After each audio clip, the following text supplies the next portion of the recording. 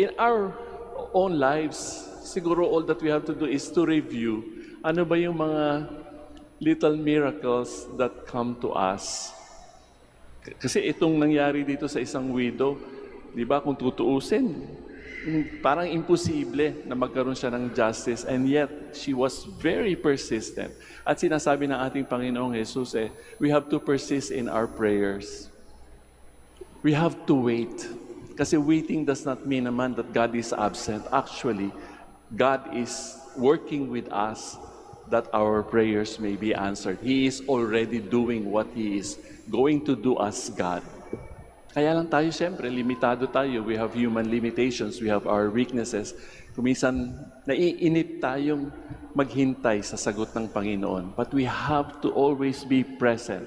Kagaya nung judge, di ba? Paano kung gumive up yung widow at sasabihin niya, oh, I will give you this decision, favorable decision to you. Wala siya. That is why we always have to be present. Maaring hindi dito sa manawag, maaring sa ating mga panalangin, maaring sa ating mga ginagawang mabubuting bagay.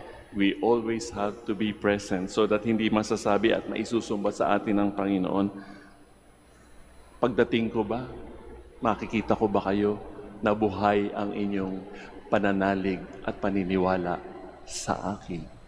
Naniniwala ba kayo na mahal ko kayo?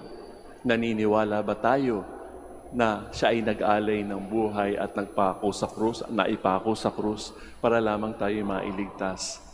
Will He find faith when the time comes for Him to come again?